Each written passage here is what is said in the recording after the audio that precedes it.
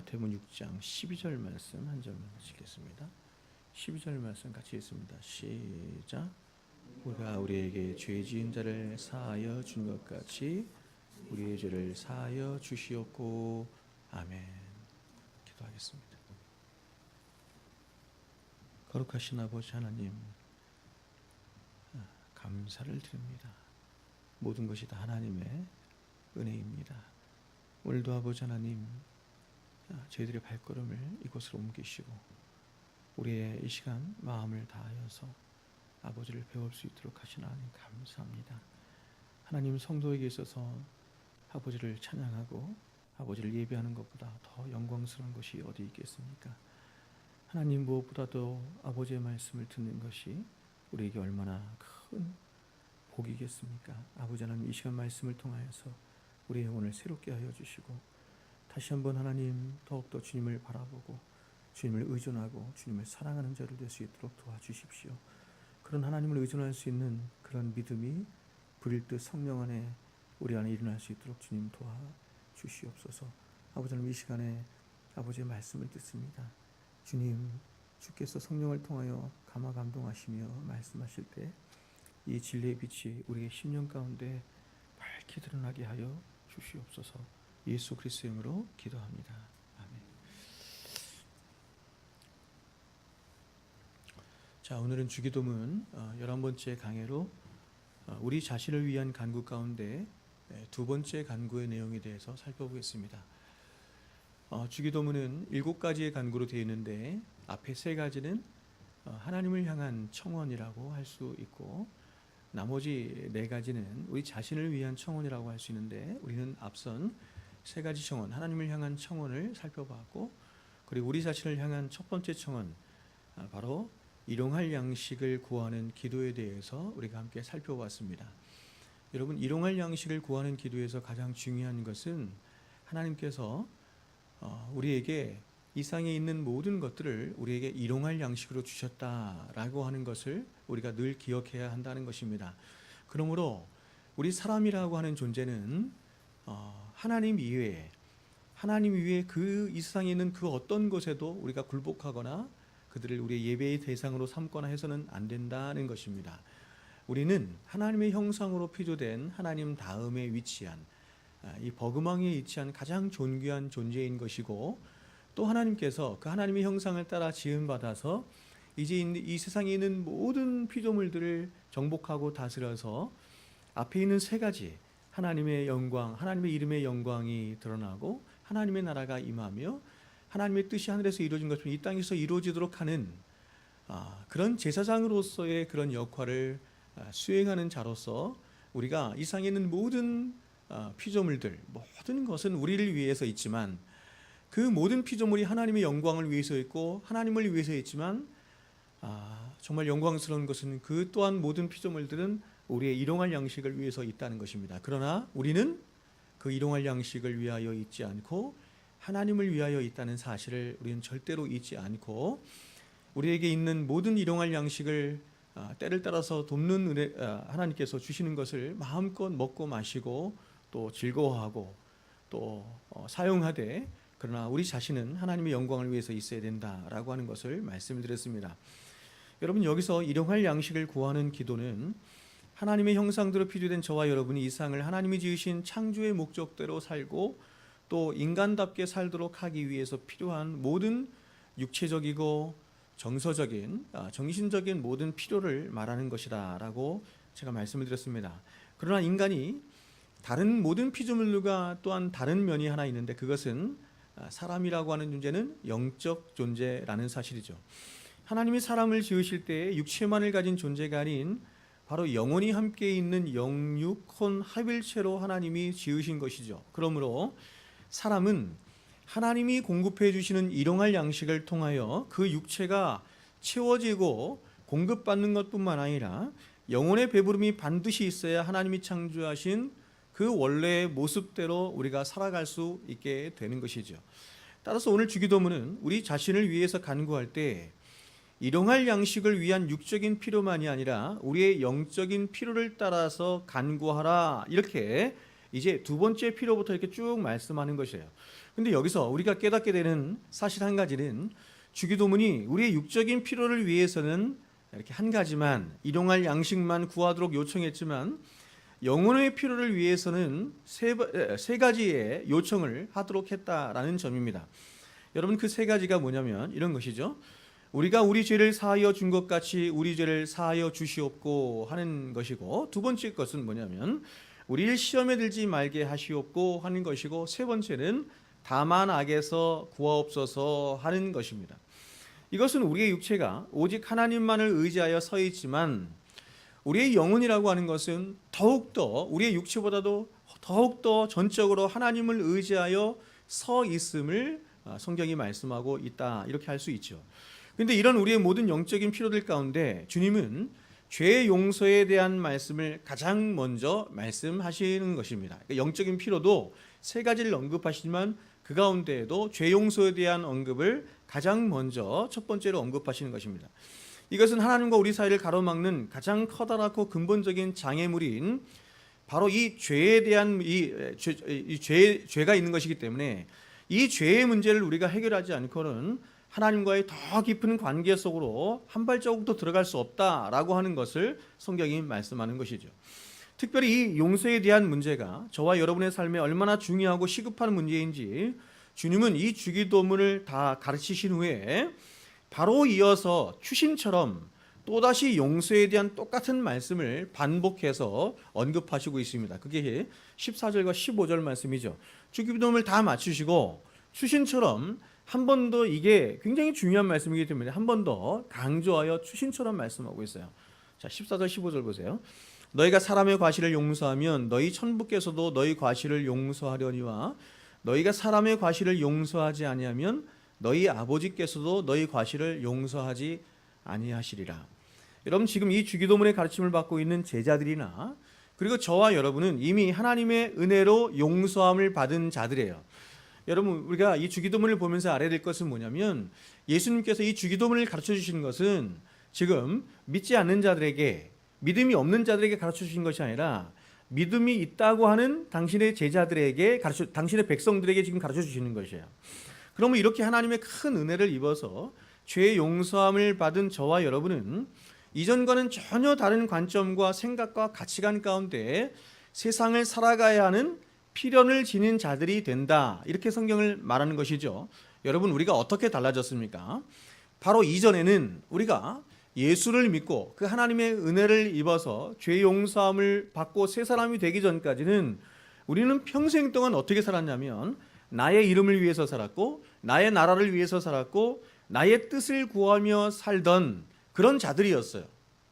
그래서 그것을 위해서 평생 우리는 눈물을 흘리고 땀 흘리고 평생 수고하며 등골이 휘도록 그렇게 살던 사람이었는데, 우리가 하나님을 만나고 그래서 예수 그리스도 안에서 죄사함과 용서함을 받아서 전혀 다른 피조물이 되었을 때 우리는 어떻게 우리의 모든 본질이 바뀌게 되었냐면, 우리 이 존재론적으로 바뀌니까 인식론적으로 어떻게 바뀌게 되냐면 모든 우리의 인생의 관점과 초점과 목적이 다 바뀌게 된 거예요. 어떻게 바뀌었냐면 나의 이름과 나의 나라와 나의 뜻을 구하며 살던 저와 여러분이었는데 용서함을 받은 이후에 이제는 하나님의 이름이 거룩히 여김을 받으시는 것이 인생의 목적이 되었고 하나님의 나라가 임하는 것이 또한 인생의 목적이 되었고 하늘 아버지의 뜻이 이 땅에 이루어지기를 소원하며 살아가는 자가 된 것입니다.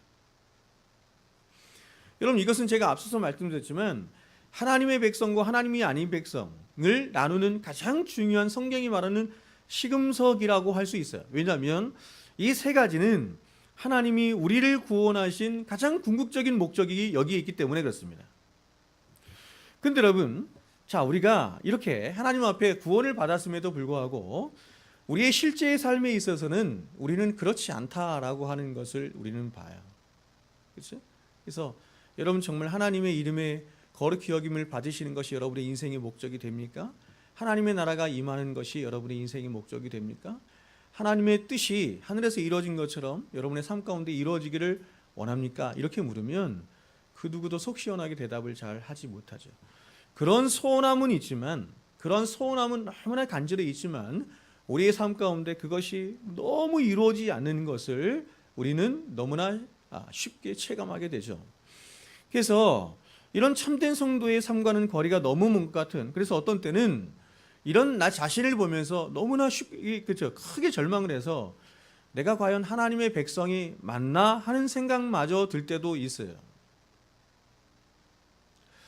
제가 만난 어떤 성도님은 이것 때문에 이런 마음이 자기 안에 너무 들어서 그렇게 살고 싶은데 그렇게 살지 못하는 자신의 모습을 보면서 하나님 앞에 굉장히 오랜 시간 동안 절망하고 좌절하고 또 울며 애통하며 하나님 과연 내가 하나님 백성 맞습니까? 이렇게 씨름을 했다고 이렇게 고백을 하는 이야기를 제가 들었어요. 그 사람이 진짜 하나님 백성이죠. 정말 하나님의 백성답게 살고 싶은 마음에, 그래서 우리는 노력도 해보고 기도도 해보고 애도 써보지만 끝없이 실패하는 우리 자신의 실체만 계속 확인하는 거죠. 여러분, 저는 이런 우리 자신의 실체를 계속해서 확인하는 일이 얼마나 중요한지 모르겠습니다. 근데 이게 잘못 가면 이상한 데로 빠지게 되는 것이에요. 예를 들면 이런 것입니다. 사람들은 이런 신앙에 대한 깊은 절망과 냉소에 빠져서 많은 사람들이 그러한 이런 잘못된 왜곡에 빠지는 것처럼 스스로 적당한 선에서 타협을 하며 거칠오래만 하는 그런 척하는 신앙에 빠지게 되는 것입니다. 이게 잘못된 거예요. 우리가 끊임없이 하나님 앞에서 기각당하고 우리 자신을 정죄당할 때 우리는 은혜 앞으로 가야 되는데 은혜 앞으로 가지 못하고 이렇게 왜곡된 신앙으로 빠지는 경우가 굉장히 많이 있습니다. 그래서 우리는 적당한 신앙의 수준을 놓고, 왜냐하면 그런 일들이 우리 안에, 교회 안에 굉장히 많이 팽배해 있기 때문에 그러한 사람들 되게 많아요. 그래서 나도 그런 왜곡에 빠져서 경건한 척, 거룩한 척, 기도하는 척, 하나님 나라를 구하는 척, 또 마음의 평강과 기쁨이 있는 척 하면서 그렇게 자신이 설정한 어떤 수준의 어떤 신앙에서 그렇게 타협하면서 이게 신앙이다 이렇게 자기 스스로를 속이고 하나님을 만우리 여기며 그냥 근심 없이 살아가는 것입니다.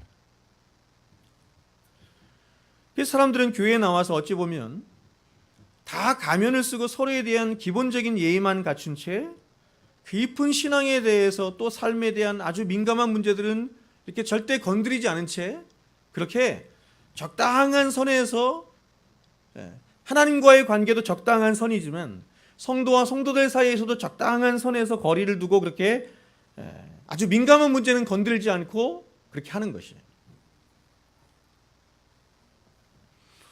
과연 기도 생활은 어떻게 하고 있는지, 자신 안에 있는 죄와는 어떻게 분투하며 싸우고 있는지 하는 이런 깊이 신앙에 관한 이야기들을 성도들이 나누는 것을 되게 이렇게 민감히 하는 거죠.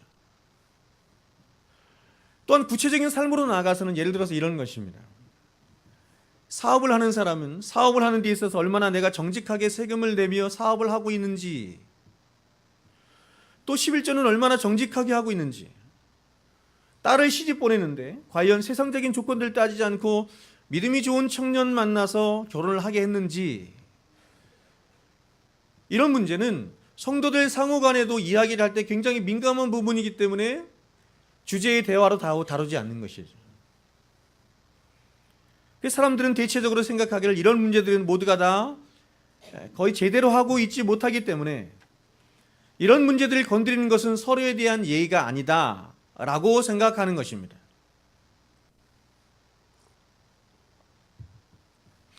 괜히 긁어 부스름만 만들 필요가 없다는 이야기죠.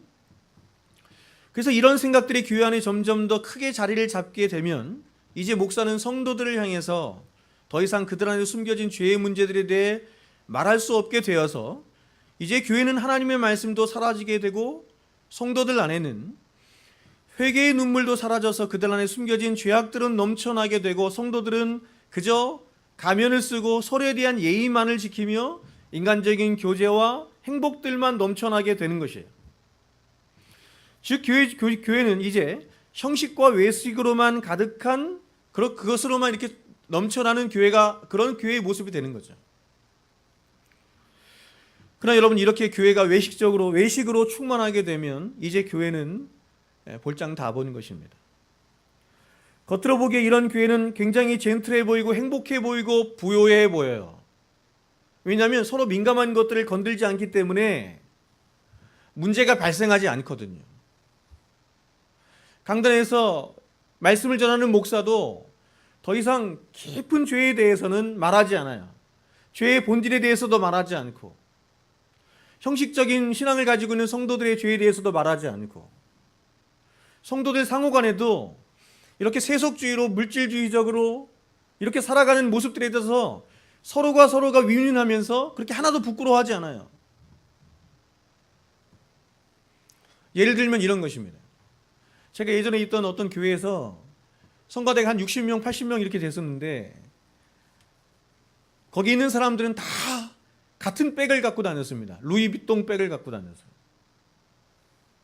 근데 그 사람들 사이에서는 그런 루이비통이라고 하는 명품 백을 갖고 다니는 것이 아주 일반화되어 있었고, 그것을 서로 부추기고 서로 자랑하는 그런 이렇게 분위기가 된 거예요. 아무도 그것을 죄라고 말하지 않았고, 아무도 거기에 대해서 문제를 삼지 않았기 때문에 그렇습니다. 명품이라고 하는 것에 대해서.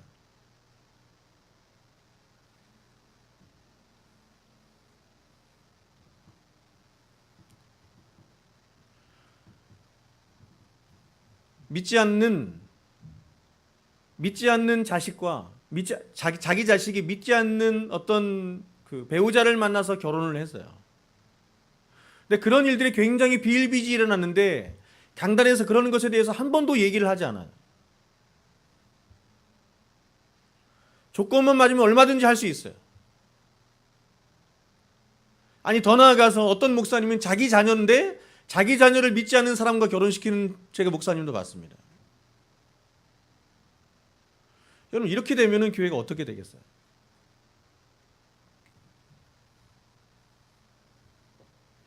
이렇게 되면 교회의 모습은 겉으로 보기에는 굉장히 이렇게 형식으로만 가득 차 있어서 되게 이렇게 행복해 보이고 뭔가 부유해 보이는 것 같아요. 그러나 그 속은 다 썩어 있는 것입니다. 요한계시록에 보면 초대교회 7교회 가운데 라오디게아 교회가 바로 이런 외식에 깊이 빠진 교회였습니다. 주님은 이 라오디게아 교회를 향해서 이렇게 말씀하셨습니다. 네가 말하기를 나는 부자라 부유하여 부족한 것이 없다 하나 네 곤고한 것과 가려는 것과 가난한 것과 눈먼 것과 벌거벗은 것을 알지 못하는도다. 여러분, 교회 안에 가장 무서운 죄의 정체 중에 하나가 뭐냐면 그게 바로 외식이라고 하는 것입니다. 그래서 이렇게 교회 안에 외식이 넘쳐나게 되면 교회는 점점 더 예수 그리스도의 십자가의 은혜는 사라지게 되고 종교적인 형식과 종교적인 문화와 그 다음에 인간의 의와 인간적인 행복과 인간적인 만남과 인간적인 거칠에만 점점 더 많아지게 되는 거예요.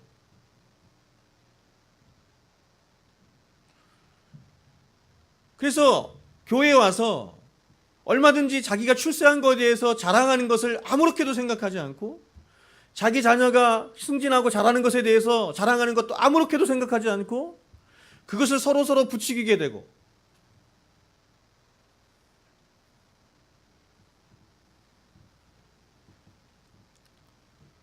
그래서 교회 안에는 점점 더 사람들이 내세우고 사람들이 자랑하고 사람들이 기뻐하고 사람들이 좋아하는 인간적인 수많은 것들만 이렇게 넘쳐나게 되면서 교회 안에는 이제 죄인들은 사라지고 나는 죄인이요 하는 사람들, 이 죄인들은 점점 더 사라지고 의인들만 넘쳐나게 되는 것입니다. 자기 의만 자랑하는. 나 이렇게 세상에서 성공했어요, 뭐 잘 됐어요 하는 것들을 아무렇지도 않게 얘기할 수 있는 그런 인간의 의와 자랑만 넘쳐나는.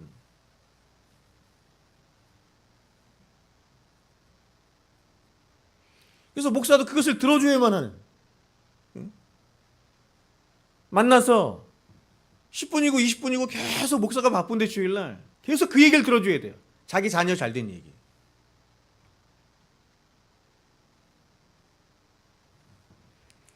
여러분, 지금으로부터 반세기도 전에 미국의 장로교 목사인 그레이 반하우스는 CBS를 통해서 전국으로 생중계된 주일 설교에서 사탄이 완전히 장악한 필라델피아, 이 시를 상상하며 이렇게 말을 했습니다. 사탄이 장악한 빌라델비아 술집은 모두 문을 닫을 것이고 도색물들은 자취를 감출 것이다. 깨끗해진 거리는 서로 웃음을 머금은 보행자들로 가득 찰 것이다. 저주와 악담도 사라질 것이다. 아이들은 예 선생님 혹은 예 부인하며 공손하게 말할 것이며 교회에는 매주 문전성시를 읽을 것이다. 그러나 교회에서는 더 이상 그리스도가 선포되지 않을 것이며 죄니 심판이니 지옥이니 하는 부정적인 이야기들은 사람들 사이에 인기도 없고 금기시되는 이야기가 될 것이다. 마이클 호튼이 쓴 그리스도 없는 기독교 서문에 나오는 이야기예요. 계속 이야기합니다. 죄인들의 유일한 희망이신 그리스도에게서 다른 데로 눈을 돌리기란 어렵지 않다. 하나님의 거룩하심이 아니라 우리의 행복에 의해 만사가 헤아려지는 곳, 우리가 죄인이라는 자각과 불쾌감을 주지 않도록 슬며시 뒤로 밀리는 그런 곳에서는 그리 어렵지 않은 것이다. 우리가 길을 잃기는 했어도 적절히 지침과 동기부여로 더 괜찮은 사람이 될 수 있는 착한 사람이라면 우리에게는 구속자가 아니라 인생의 스승만이 필요하다.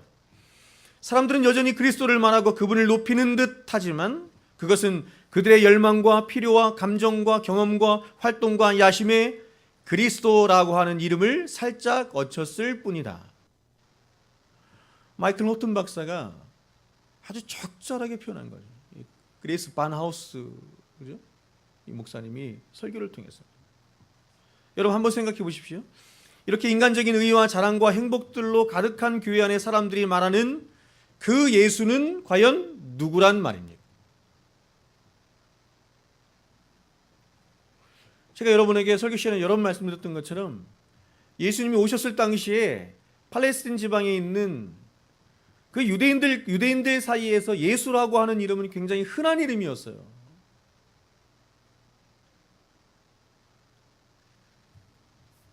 회복될 다윗 왕국을 소망하면서 정치적인 메시아를 소망하면서 다 자기 자식의 이름을 예수 이렇게 불렀단 말이에요. 근데 진짜 예수가 왔는데 십자가에 못 박아 죽여버렸네요.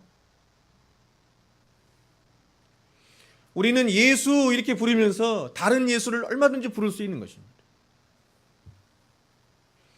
과연 자신의 죄와 그 죄로 인한 어두움과 비참함과 절망스러움이 어떤 것인지를 알아서 그런 자신에 대해서 진정으로 절망하며 그렇게 참회의 눈물을 흘려보지 못한 자들에게 과연 성경이 말씀하는 그 거칠고 어리석고 미련한 십자가, 그 예수는 과연 필요하기나 한 것인지 묻고 싶은 것입니다.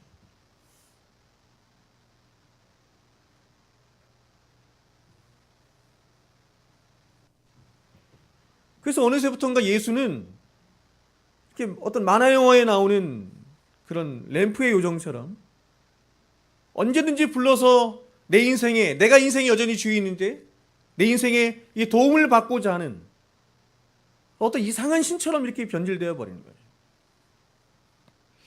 그래서 우리가 기도를 할 때, 대표 기도를 할 때 가장 많이 쓰는 대표 기도 중에 하나가 뭐냐면 이런 거죠. 맨 마지막에 거의 이런 말을 많이 하잖아요. 하나님, 내가 구하지 못한 것까지도 하나님께서 다 들어주실 줄 믿습니다. 하나님은 나를 도와주시는 분밖에 안 돼. 내 인생을 책임져 주는 분밖에 안 돼. 내가 힘들고 어렵고 지칠 때 나에게 와서 위로해 주시고 도와주시고, 여기에는 그분이 초대교회 때부터 보십시오. 사도행전 16장에서 말하는 것처럼 베드로가 이렇게 얘기하죠. 주 예수를 믿으라 이렇게 얘기하죠. 초대교회 당시부터 예수를 믿으라 이렇게 얘기할 때 그 예수는 항상 두 가지 예수였습니다. 주라고 하는 말이 두 가지였단 말이에요. 그것은 우리를 구원하시는 주로서 왕으로서의 예수, 세이비어 영어로. 그 예수일 뿐만 아니라 또 하나는 뭐예요? 나의 주님이 되시고 왕이 되신 로드로서의 예수. 이 두 가지를 같이 함께 전했단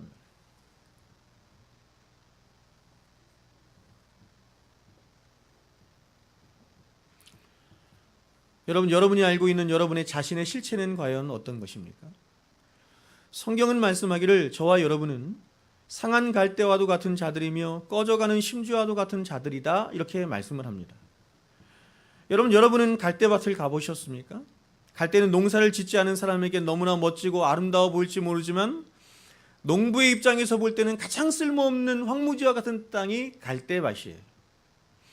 그러니까 갈대밭은 농사를 지을 수 없어서 버려둔 땅에 이렇게 갈대가 자람으로 형성된 이 밭이 갈대밭이에요. 그러므로 농부의 입장에서 뭔가 열매를 거두기를 원하는 농부의 입장에서 이 갈대라고 하는 것은 가장 이렇게 보기 싫은 풀 중에 하나가 갈대인 것입니다. 그런데 이 보기 싫은 갈대가 그냥 있지 않고 꺾여져 있습니다. 꺾여 있으니 그야말로 가장 보기 싫고 비참한 모습의 바로 이 상한 갈대의 모습인 것입니다. 여러분, 성경이 저와 여러분을 묘사하는 실체, 우리의 실체를 바로 이렇게 상한 갈대와도 같다 이렇게 표현한 것입니다.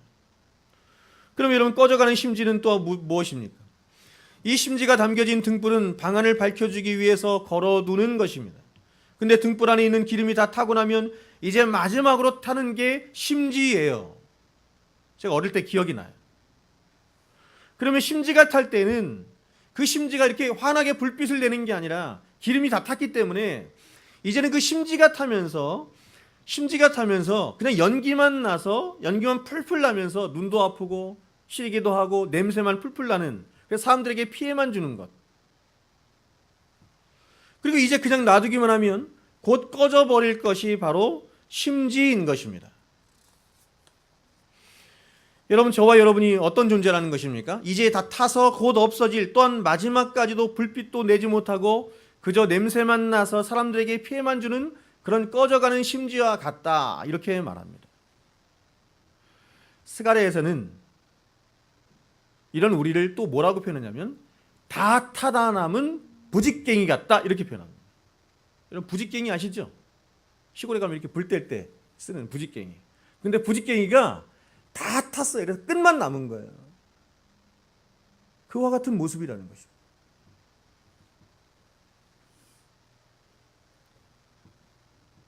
누군가 어떤 특별한 조치를 취하지 않으면 금세 다 베어버린 바 되어지고 다 타 없어질 전혀 쓸모없고 무익한 존재가 바로 저와 여러분이라는 것이죠. 그래서 이사야는 이런 인생을 뭐라고 표현했냐면 수에 칠 가치도 없는 인생이다 이렇게 말했습니다. 요거를 이제 현대인의 성경으로 번역하면 이렇게 말해요. 수에 칠 가치도 없다. 셈할 가치도 없는 인생이다 이렇게 표현했습니다. 여러분, 저와 여러분에게서 하나님을 떼고 예수님을 떼어버리면 셈할 가치가 없는 인생이죠. 우리에게서 무슨 선한 것이 있겠어요? 짐승보다도 못해요. 어떤 면에서. 그냥 짐승은 그냥 흙일 뿐이지만 우리는 흙덩어리에 죄가 덧입혀졌네요.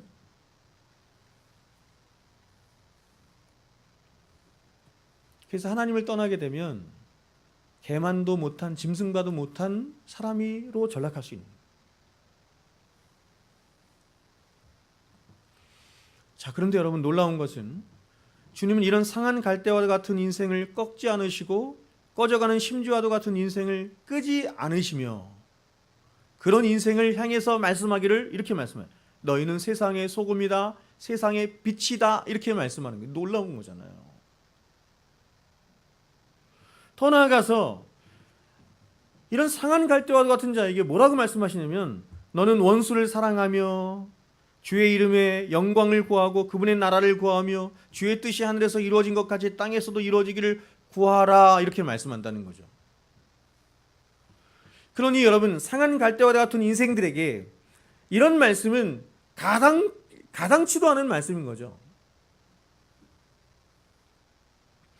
그래서 사람들은 일찌감치 이러한 하나님의 명령은 포기하고 이제 적당한 선에서 타협한 채 자신은 상한 갈대가 아닌 척하는 것입니다. 상한 갈대가 아닌 양 그렇게 스스로를 속이고 감추며 뭔가 자신에게도 선한 것이 있고 내세울 것이 있는 양 그렇게 외식적인 모습으로 변하는 거예요. 그러나 여러분, 참된 신앙은 뭐냐면 우리 자신이 상한 갈대이며 꺼져가는 심주와 같은 존재라는 것을 똑바로 보고 알고 직시하는 것으로부터 시작하는 것이고, 또한 자신은 죽을 때까지 상한 갈대이며 꺼져가는 등불과 같은 존재이기에 늘 하나님 앞에 나아가서 회개할 수밖에 없고, 그 회개 가운데 베풀어 주시는 하나님의 은혜로만 살 수 있는 자라는 사실을 인정하며 그것을 확인하며 계속해서 평생 동안 죽을 때까지 그것을 더 확인하는 자리로 나아가며 살아가는 거예요. 그게 성도의 성화의 삶이에요. 끝이 있느냐? 끝이 없어요.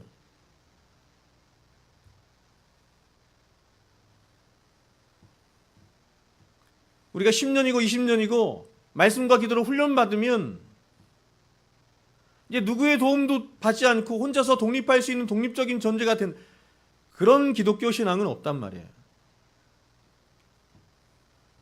그러므로 여러분, 오늘 우리가 고백하는 이 주기도문의 다섯 번째 간구는 우리가 날마다 하나님이 베풀어 주시는 일용할 양식으로 우리의 육신을 채우며 살아가듯이 우리의 영혼 또한 이미 우리를 용서하신 그 하나님의 은혜와 지금도 여전히 용서하시고 진리 가운데 인도하시는 그 하나님의 은혜로만 매 순간 살아갈 수밖에 없는 자들이라는 것을 자각하도록 하는데 이 기도의 목적이 있는 거예요. 두 번째, 여러분, 우리는 어제도 죄인이었고 오늘도 죄인이었습니다. 그리고 확신하기로는 우리는 내일도 분명히 눈을 딱 떴을 때 오토매틱 율법주의가 돼서 오토매틱 자기 의를 챙기는 자가 돼서 내일 하루도 죄를 먹고 마시며 그렇게 죄인으로 살게 될 것입니다. 우리는 살아가면 살아갈수록 우리 삶의 모든 걸음마다 남는 흔적은 죄의 흔적들일 뿐일 것입니다. 왜냐하면 저와 여러분의 삶의 주된 양식은 죄이며 우리의 걸음마다 새겨지는 족적 또한 죄뿐이기 때문에 그렇습니다. 이것을 확인하는 거죠. 그렇게 우리가 날마다 일용할 양식을 먹고 우리의 육신의 만족을 채우듯이 오늘도 그분 앞에 나아가서 하나님의 은혜로 말미암은 죄 용서를 받지 않은 채로 우리의 영혼은 참된 안식을 얻을 수가 없는 것이에요. 그리고 이렇게 내가 죄인이라는 그 자리에서 비로소 하나님의 은혜는 진정한 하나님의 은혜로 우리에게 부어지게 되는 것이에요. 작용하게 되는 거죠. 그래서 17세기 윌리엄 비버리지는 이렇게 기도를 했습니다. 주님, 나는 죄를 짓지 않고 기도할 수 없습니다. 나는 죄를 짓지 않고 설교를 하거나 설교를 들을 수도 없습니다. 나는 죄를 짓지 않고 자선을 하거나 성례를 받을 수도 없습니다. 나는 아무리 죄를 많이 고백해도 부족할 뿐입니다. 죄를 고백하면 고백할수록 나는 더욱더 죄를 짓습니다. 나는 회개해야만 합니다. 내 눈물은 정화가 필요합니다. 그리고 내 눈물의 정화까지도 다시 내 구속주의 피로 씻겨져야 합니다. 여러분, 지금 이 윌리엄 비버리지가 한 이 고백이 어떤 고백인지 여러분 아시겠어요? 그런데 여러분, 어떤 사람은 이것에 대해서 이렇게 이야기할 수 있을지도 모르겠습니다. 목사님, 저는 모태신앙이고 부모님 모두 예수님을 믿는 신앙 가운데 이제껏 살아오셨습니다. 그럼 제가 죄를 지으면 얼마나 지었겠습니까? 저는 남의 것을 도적질한 적도 없고 살인을 한 적도 없고 이웃에 대하여 거짓 증거한 적도 없습니다. 진짜 죄인들을 잘 보시지 못한 것 같은데 진짜 죄인들은 저 교도소에 다 있습니다. 그리고 오는 황당한 논리를 펴나갑니다. 아무래도 제가 하나님의 놀라운 사랑을 경험하지 못한 것은 충분하게 제가 타락하지 못하기 때문인 것 같습니다. 혹시 제가 죄를 많이 짓고 타락한다면 극적으로 하나님을 만나 새 사람이 되지 않을까요? 성경도 죄가 더한 곳에 은혜가 더한다라고 말씀했는데,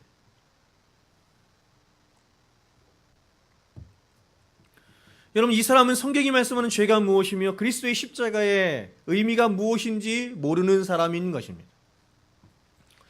자, 여러분, 우리는 일반적으로 죄를 짓는 행위를 고려해서 죄의 유무와 그 크기를 결정을 하죠. 이게 일반적인 거란 말이에요. 그래서 사람을 몇 대 때린 것과 사람에게 큰 상처를 입힌 것과 그리고 사람을 죽인 것과는 그 죄의 크기가 다르기 때문에 그에 따른 형벌의 형량도 다르게 나타나는 거죠. 자, 그런데 어떤 경우에는 죄의 유무나 형벌의 크기가 아닌 그 행위와 관련된 당사자를 고려해서 죄의 형량이 결정되는 때가 있습니다. 예를 들어서 우리는 지나가는 사람을 한 대 때린 것과 내 자식을 한 대 때린 것과 청와대에 있는 대통령을 한 대 때린 것은 다르죠. 근데 만일 이것이 제국시대에 일어난 일이라고 했다고 한번 여러분 가정해 보십시오. 제국시대에 어떤 사람이 황제를 시하려 하다가 잡히면 그 사람은 말할 것 없이 사형에 처합니다. 그러면 황제에게 침을 뱉고 욕하다가 체포되면 어떻게 될까요? 물론 사형에 해당됩니다. 아니 어떤 경우엔 황제의 의자에 잠깐 앉았다가 일어났는데 걸려버렸어요. 그래도 처형을 당합니다. 여러분 황제를 살해하려고 시도한 것과 침을 뱉고 욕한 것과 의자에 잠깐 앉은 것은 죄의 크기가 전혀 다르죠. 근데 왜 받는 형벌은 똑같습니까? 그 이유는 바로 황제라고 하는 신분에 있습니다. 죄의 대상이 되는 황제의 지위와 위치가 워낙에 높기 때문에 황제를 향한 그 어떤 죄도 그 크기에 상관없이 무한히 큰 죄가 되는 것이죠. 그렇다면 여러분 이러한 도덕 원리를 하나님과의 관계에 한번 적용해 보십시오. 그러니까 여러분 지금 이러한 논리를 사람들 사이에서 펴나가는 것은 이건 온당치 못하는 거예요. 그러나 여러분 하나님과 사람 사이에서는 이러한 논리를 펴나갈 때 이것이 온당치 못하다 이렇게 말할 수 없단 말이에요. 왜냐하면 그분은 창조주시고 우리는 피조물이기 때문에. 우리가 짓는 그러므로 이러한 도덕 원리를 하나님과의 관계에서 적용해 본다면 우리가 짓는 죄는 결국 다 하나님을 향한 것인데 이러한 우리의 죄의 크기가 우리에겐 혹시 변명거리가 될지 몰라도 무한히 크시고 영광 중에 계신 그 하나님께는 아무런 의미가 없다는 것입니다. 하나님은 한없이 크신 분이시고 한없이 거룩하신 분이시며 한없이 높으신 분이시고 완전하신 분이시기 때문에 우리에게 아무리 작은 죄라 할지라도 그 죄는 본질상 하나님을 향한 저기를 가지고 그 하나님의 영광을 손상시키는 죄이기 때문에 그 죄는 반드시 그 하나님의 진노를 낳게 되는 것이며 하나님의 영광에 이르지 못하도록 하는 죄가 되는 거죠. 그럼 여러분 우리는 여기서 중요한 사실 하나를 깨닫게 됩니다. 그것은 어떤 사람이 큰 죄악 중에 회개하여 주님께 돌아왔다면 그것은 죄가 하나님을 만나게 해준 것이 아니다는 것입니다.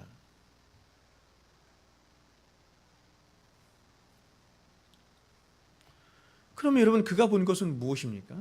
그가 하나님께로 돌이키도록 한 것은 무엇입니까? 그것은 하나님이 과연 어떠한 분이시라고 하는 것을 아는 그 참된 빛이 그 사람에게 죄라고 하는 것이 무엇인지 죄의 본질을 깨닫도록 한 것이며 더 나아가서 하나님 앞에 나아가서 하나님 앞에 엎드리도록 한 원인이 된 거예요. 그러니까 죄라고 한 것이 하나님 앞에 돌아오도록 그 죄를 깨달아서 하나님 앞에 돌아오도록 한 원인이 된 것이 아니라 거룩하신 하나님 앞에 섰을 때 그 비춰지는 그 하나님의 영광스러운 빛이 비로소 내 안에 있는 죄를 보게 했다. 죄의 실체를 보게 했다는 것이죠. 그러면 여러분 죄에 대한 자각은 절대로 죄의 크기에 비례하지 않아요. 죄를 많이 져야 죄에 대한 자각이 커지는 것은 절대로 아닌 것입니다. 만약에 그렇다고 한다면 정말 살인죄를 지고 정말 나쁜 죄를 지은 많은 사람들이 내가 정말 더 큰 죄인이구나 더 많이 깨달을 거 아니에요. 그런데 그렇지 않잖아요.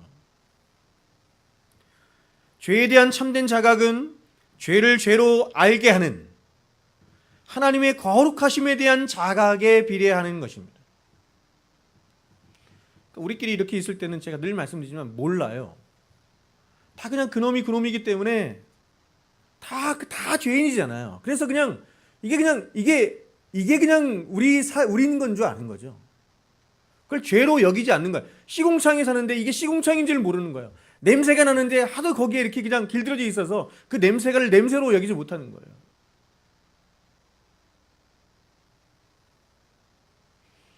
근데 이런 우리가 흠도 없고 점도 없으신 거룩하신 하나님, 온 우주 만물을 창조하신 그 하나님의 앞에 딱 거룩하신 하나님 앞에 섰을 때 비로소 우리는 내 자신의 실체를 이렇게 보게 된단 말이에요. 이제까지는 내가 괜찮은 사람인 줄 알았어요. 상대적이잖아요. 우리는 평생 동안 우리 의를 이렇게 그렇죠? 구축하고 지키기 위해서 여러분 우리 의를 많이 쌓잖아요. 돈도 많이 벌고 아파트도 있고 돈도 있고 명예도 있고 자랑도 있고 등등등. 이런 걸 보면 사람마다 이렇게 차이들이 있단 말이에요. 차이들. 그래서 그런 차이들이 있을 때마다 누가 높으니 누가 나쁘니 누가 좋은 사람이니 누가 선한 사람이니 누가 악한 사람이니 하는 차등을 시궁창 안에서 지네끼리 하는 거예요. 해적선 안에서 해적들끼리 하는 거예요.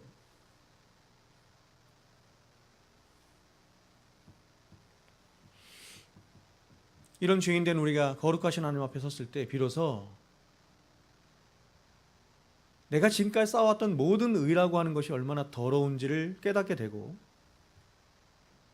그것이 나에게 뭔가 더해지는 순간 그것이 정말 더러운 죄가 된다는 것도 알고 나라고 하는 존재가 이 죄로 똘똘 뭉쳐져 있다는 사실을 그제서야 거룩하신 하나님 앞에서 알게 되는 거죠. 여러분 성경과 역사에 나타난 믿음의 위인들을 한번 보십시오.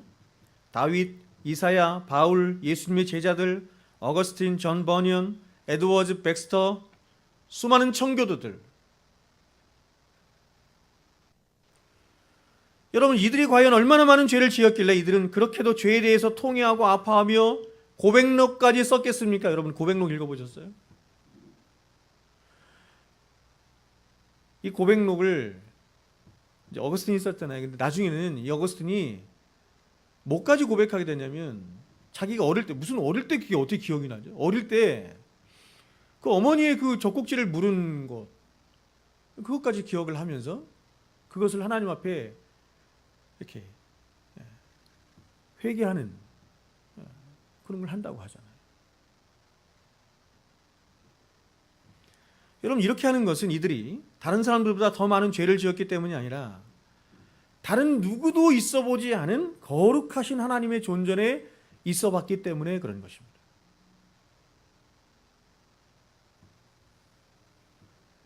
그 하나님의 거룩하심이 그 사람을 압도한 것이고 그 하나님의 거룩하심이 그 사람 안에 있는 그 사람의 실체를 보도록 한 빛이 된 거죠.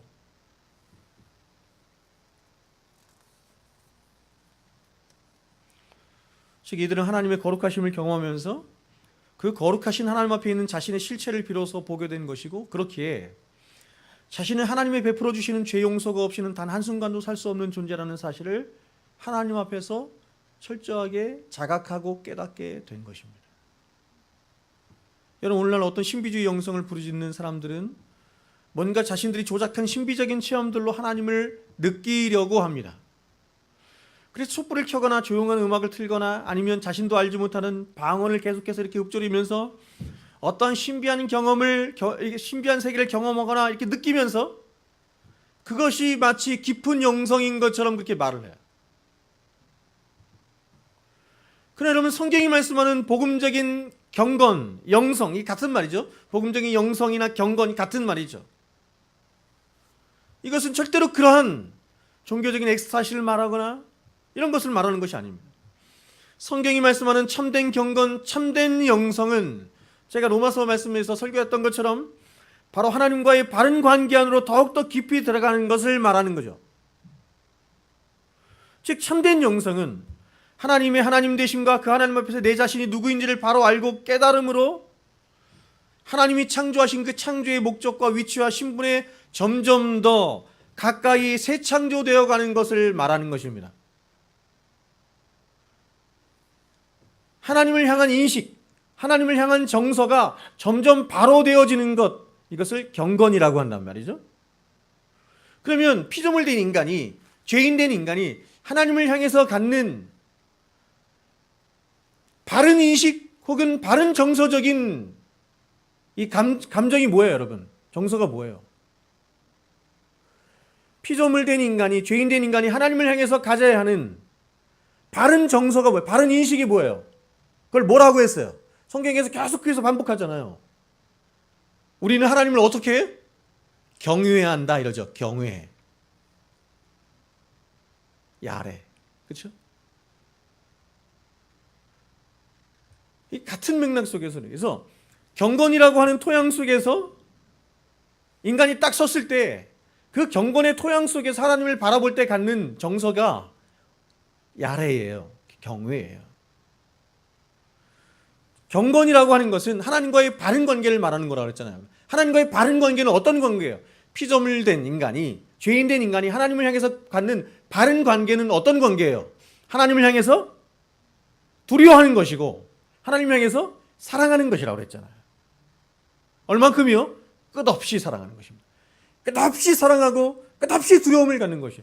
그게 하나님의 거룩하심에서 나왔다고 제가 말씀드렸잖아요. 그래서 이렇게 하나님과의 바른 관계가 됐을 때 사람이 하나님을 향해서 경외하게 된다고요. 그분을 경외해요. 그 경외는 경건의 토양 속에서, 다시 말하면 하나님과의 바른 관계 속에서 하나님을 향해서 하나님을 향한 끝없는 사랑의 마음과 끝없는 두려움을 갖게 되는 것. 이 야래예요. 경외. 성경은 이 경건 속에서만 성도 될 수 있고, 경건 속에서만, 그래서 그 경외하는 하나님을 향한 마음 안에서만 성도의 신앙이 성숙해질 수 있는 것이에요. 이게 참된 영성이에요.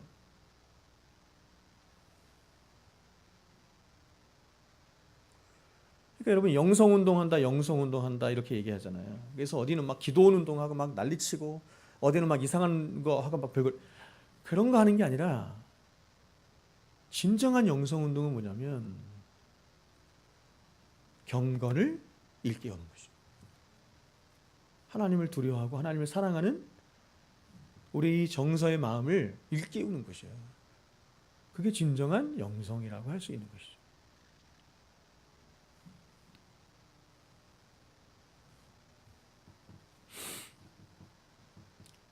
그게 우리의 위치거든요. 그래서 그 경건의 위치에서, 그래서 이 야레의 마음으로, 경외하는 마음으로 하나님을 볼 때 하나님이 가장 선명하게 보인다고요. 하나님이 이렇게 크신 분이고, 이렇게 위대하신 분이고, 이렇게 사랑이 많으신 분이고, 이렇게 인자하신 분이고, 이렇게 공의로우신 분이고, 이게 야레의 이 마음에서 가장 선명하게 보인다고요. 야레의 마음을 갖는 마음은 어떤 위치라고요? 피조물의 위치, 죄인의 위치. 그러면 여러분, 이 경건으로 우리가, 죄인된 우리가 경건의 마음으로 가는 비결이 뭘까요?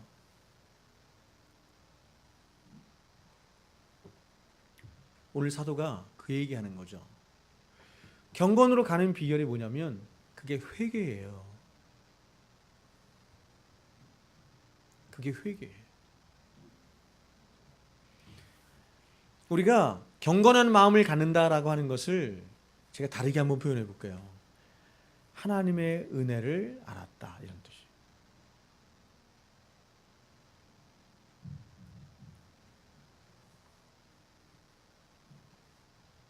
그래서 이 하나님의 은혜가 부어지는 것은 회개를 통해서만 가는 것입니다.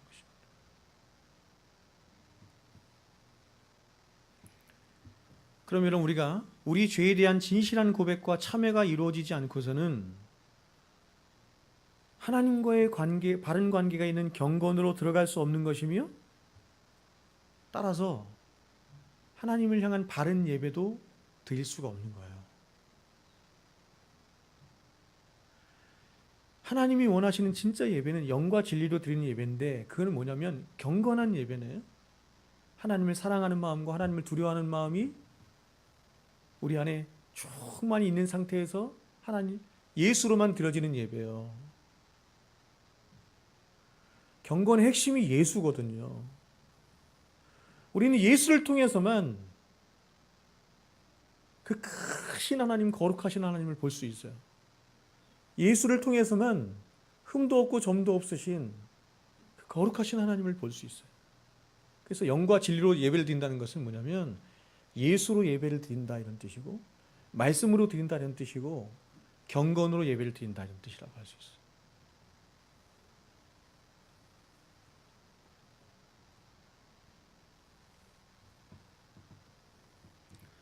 즉 죄에 대한 자각과 그 죄에 대한 통회함 없이 하나님을 향한 어떤 찬양이나 감사는 그저 메마른 형식일 뿐이며 종교적인 의식일 뿐인 것입니다. 그러므로 우리 신앙이 성숙해져 간다는 것은 바로 하나님을 아는 참된 지식으로 말미암은 죄에 대한 자각이 더욱더 깊어져 감을 의미하게 되는 거죠. 그래서 우리 자신의 죄에 대한 깊이가 깊어져 가면 갈수록 우리는 우리 자신이 얼마나 하나님 앞에 형편없는 존재이며 소망이 없는 존재인지를 알아서 우리 자신에 대해서는 절망하고 부정하게 되며 반대로 그리스도의 십자가를 향하여서는 한없는 감격과 은혜와 소망을 갖게 되는 거죠. 그러면 여러분 성도들이 더 깊은 하나님과의 관계 안으로 나아가지 못하고 신앙의 진전을 보이지 못하는 가장 큰 이유는 바로 자신의 죄에 대한 깊은 자각과 함께 죄를 끌어안고 십자가 앞에 나가서 깊이 통회하며 그것을 자복하고 쏟아내는 일이 없기 때문에 그런 것이에요. 우리는 쏟아내야 되거든요. 근데 사람들은 자신을 별로 죄인이라고 여기지 않기 때문에, 그리고 죄가 뭔지도 모르기 때문에, 그리고 또 죄에 대한 감각이 없어서 그 죄가 자기를 아프게 하지도 않아요. 그래서 사실은 쏟아낼 것도 없어.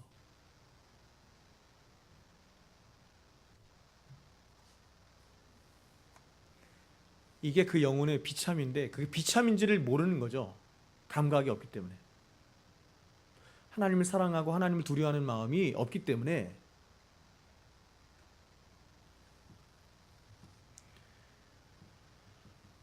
그러므로 여러분, 우리 영혼의 참된 부흥은 오직 죄에 대한 회개 외에는 불가능한 것입니다. 그래서 제가 스가랴 말씀을 여러분에게 전하면서도 그런 말씀을 했잖아요. 하나님께서 이스라엘 백성에게 돌아오라, 돌아오라, 회개하라 이렇게 말씀하잖아요. 이스라엘 백성들은 하나님의 백성인데 돌아오라 이렇게 말씀해요. 그 이스라엘 백성들은 70년 동안 있던 그 바벨론의 그 유수에서 돌아와서 이 2세대거든요. 자신의 모든 삶을 다 뒤로한 채 돌아와서 오직 하나님 말씀만 하나 의지해서 하나님의 명령에 의거해서 성전을 짓던 사람들이었다. 이스라엘 역사상 그 어떤 이스라엘 백성들보다도 가장 경건했던 사람들, 가장 하나님을 두려워하고 하나님을 사랑했던 사람들 중 하나가 그 사람들. 근데 그 사람들에게 하나님 뭐라고 하세요? 회개하라 이런다니까요. 회개는 그래서 두 가지가 있는 거예요. 메타노에요. 회개는 두 가지가 있는 거예요. 첫 번째는 좁은 의미에서의 회개로서 죄를 향해서 치달아가고 멸망을 향해서 치달아가는 자들을 향해서, 그런 인생들을 향해서 회개하라, 천국이 가까웠느니라. 그래서 일평생 한 번 하는 회개를 말하는 거죠. 그러나 넓은 의미에서의 회개는 뭐냐면 평생에 걸쳐서 하나님을 향한 끝없는 두려움과 하나님을 향한 끝없는 사랑이 만들어낸 회개예요. 즉 첫 번째 회개한 진정한 회개, 돌이키는 회개겠죠? 그 회개가 만들어낸, 그래서 참된 생명이 잉태하여 낸 하나님을 향한 사랑과 두려움이 만들어낸 회개. 다시 말하면 넓은 의미에서의 회개는 하나님이 왜 회개하라고 하느냐? 이 회개만이 하나님의 은혜가 임하게 되는 가장 중요한 은혜의 통로가 되기 때문에 그런 거예요.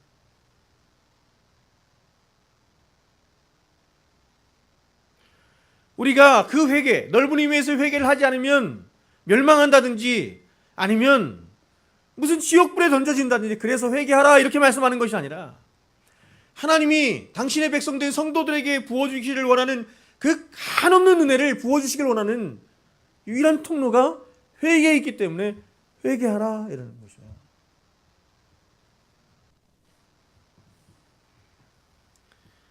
여러분, 이 세상에는 완전한 교회도 없고 완전한 성도도 없어요.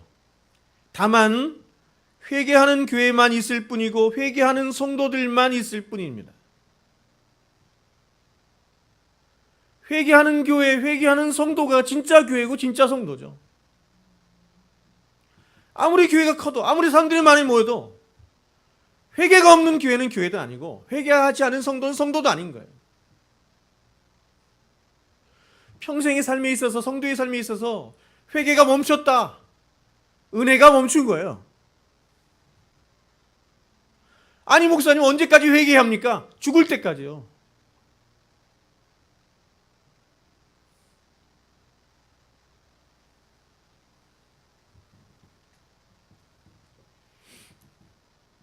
이런 얘기를 들으면 어떤 분들은 막 그 회개는 굉장히 막 이렇게 부정적이고 괴롭고 막 이렇게 생각한다고.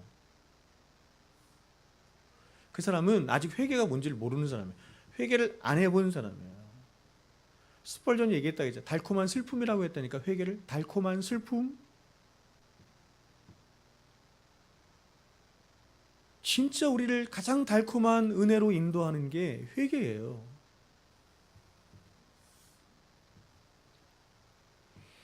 그러므로 교회가 교회되어지고 성도가 성도되어지는 것은 교회와 성도들이 완전하기 때문이 아니고 그 교회와 성도들이 끊임없이 하나님 앞에 나아가서 하나님의 말씀을 듣고 자신들의 죄와 공동체의 죄와 그리고 세상의 죄를 토해내므로 그 신선함을 유지하기 때문에 그런 것입니다. 그러므로 여러분, 교회는 성도들의 회개와 눈물로 세워지는 곳이 바로 교회인 것입니다. 하나님의 말씀과 성도들의 마르지 않는 눈물이 교회에, 하나님의 영광은 그곳에 임재하는 것이며 그 임재 속에 하늘로부터 부어지는 참된 위로가 있고 그 회개 속에 하나님이 이루어 가시는 참된 부흥이 있게 되는 것이죠. 부흥은 인간적인 수많은 수단들을 써서 막 사람들을 끌어모으는 것을 부흥이라고 하지 않는다. 로이든스 목사님 부흥을 이렇게 정의했습니다. 부흥은 동시다발적으로 여기저기서 회개가 일어나는 것이다 이랬습니다. 그러므로 좁은 의미에서 회심치 않은 많은 사람들이 회심하여 돌아오는 것도 부흥이겠지만, 회심한 성도들 안에서 또 다른 넓은 의미에서의 회심이 계속해서 충만하게 이루어지는 것 또한 부흥인 거죠. 이 교회를 새롭게 하고 교회를 신성케 하고 하는 부흥.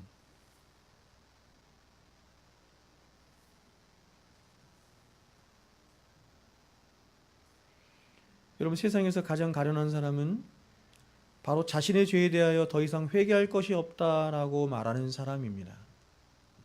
왜냐하면 그런 사람에게는 기독교가 말하는 천국도, 하나님의 은혜도, 긍휼하심도, 그리고 십자가의 용서와 사랑도 없을 것이기 때문에 그렇죠. 그러면 여러분, 우리는 회개의 자리로 나아가야 합니다. 우리의 기도의 많은 부분이 회개로 채워져야 돼요. 저는 그렇게 믿어요.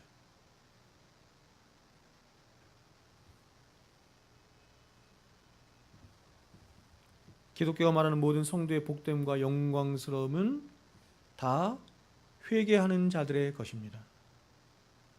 여러분이 나아가는 그 회개의 자리마다 하나님은 이 세상 그 누구도 알 수 없는 끝없는 당신의 인자하심과 자비하심과 이 당신의 모든 영광을 나타내 보여주시는 거예요. 그 자리가 기도의 자리이고 특별히 회개의 자리라고 할 수 있는 것입니다. 바라기는 여러분, 그 끝없는 주의 인자하심과 그의 자비하심과 영원한 사랑하심과 그분의 공평하심과 그분의 은혜가 충만하게 있는 회개의 자리로 날마다 나아가시는 저와 여러분 될 수 있기를 주의 이름으로 축원드립니다. 기도하겠습니다.